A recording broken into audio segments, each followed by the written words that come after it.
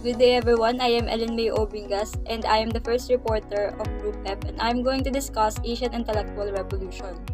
Asia includes 48 countries that have 5 divisions. Also, Asia is known as the birth of civilization because before the Industrial Revolution during 18th century, most of the world's technological advancement originated in Asia. Numerous religions including Christianity, Islam, Taoism, Confucianism, Buddhism, and Hinduism have their origins in Asia.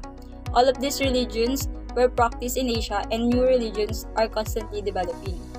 Asian Revolution has revolutionized the world by its inventions, rich culture and traditions, mathematical contributions, and largely on Oriental medicines, which until now not even modern Western medicine can explain its effectiveness.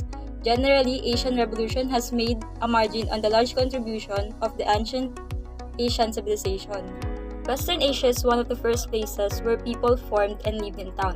This region gave rise to many historical figures who greatly influenced the development of mathematics, astronomy, literature, linguistics, political science, religion, and architecture.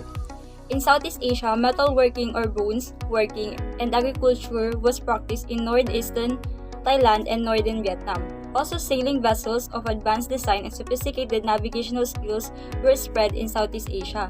In South Asia, the science of life, Ayurveda, is primarily concerned with healthy living in general. How to prevent diseases and affect cleanliness and food are among the topics covered. The Charaka Samhita, or collections, is one of the most respected documents and it can help you memorize hundreds of named body parts. East Asia was greatly influenced by China.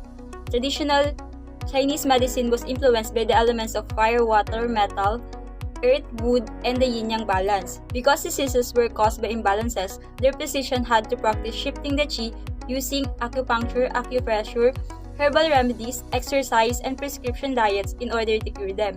And other discoveries in East Asia include alchemy, which is a Taoist chemistry. Historically and geographically diverse, Central Asia is a very interesting region. It was named the Silk Road. Stirrup was first developed in Central Asians and passed on to the Chinese around 100 CE. Stirrup contributed most to the change in social structure in the late Middle Ages Europe.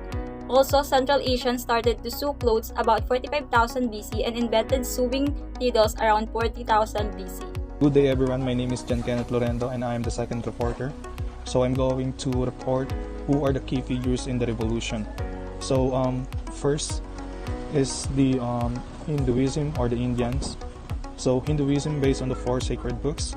Vedas, these hold the record of Indian history and beliefs which were written by the Aryan people. Hinduism has no one founder but it's instead fusion of various beliefs. And then also Hinduism contributed into science in many ways, and such as number system, and zero was invented by Arabiyata. And then the place value system, the decimal system, was developed in Aryabharta, India in 100 BC. And the next is Buddhism. Buddhism embraces followers who praise Buddha in the person of Siddhartha Gautama, wanderer who believed that human greed and selfishness lead to the human pain. So Buddhism as the teaching of the Buddha is relevant into the science. Buddhism is prepared in many ways to support and strengthen the self-corrective lifestyle and the emerging world of scientific research. The substantialists view that corrupts moral responsibility, social behavior, and the movement toward Nibbana, because it attributes ultimacy to the wrong things. And next is Confucianism. So Confucianism is based on the teaching of Confucius, emphasizes personal and governmental morality, correctness of social relationships, justice, and sincerity. Great Wall of China was built to protect themselves from the invasions of barbarians from other parts of Asia. So, like I said, Confucius was mainly concerned with how human beings was behaved toward each other. Confucius believed that people that is in society or desire to live in the company of other people. It is only in society that people reach their fullest development, and it is important for people to know how to behave in society. And then also the last one is the Taoism or Tao Te Ching is based on the ideological beliefs that the Tao is the single fundamental truth of the universe. This means that we're all one in all within one single universe. So, Taoism is attributed to Tao Te Ching. Tao Te means the way or path, Te is a virtue, and Ching is loss. So, Taoists believe in spiritual immortality, where the spirit of the body joins the universe after death, and they does not have a god. He believes simplicity is to be the key to the truth and freedom. And that's all. Good day everyone, my name is Princess Bea Isla and I'm going to tackle about how did the revolution advance modern science and scientific thinking at the time. So the revolution alters the science behind why many things occur as well as what people believe that actually occurs. It allows people to begin to doubt that what they are being told by the world is incorrect and that there is a scientific evidence to prove. So here are some examples of the contribution of Hinduism and Buddhism in the advancement of modern science. So in Hinduism, there is a textbook on astronomy of ancient India that called Surya Siddhanta, and also they have Sanskrit that considered the mother of all higher languages. It is the most precise and therefore suitable language for the computer software. And Maharshi Shruta, father of the surgery, he conducted complicated surgeries. So Hinduism gave detailed knowledge of anatomy, physiology, etiology, embryology, digestion, metabolism, genetics, and immunity is also found in many texts. While in Buddhism, in scientific studies have found increasingly concrete proof of inseparability of body and mind, and have even given us the glimpse of the biological basis of illusion of self. So Buddhism was not built on the basis of the belief in a supernatural power that created and governed the fate of mankind. So Buddhism have many truths and inventions in science aligned with the Buddhism teachings. There are conformability, alignment, or congruity, but not associated in related by or have much effect. So today's science is undergoing a major revolution, one that is both profound and fascinating.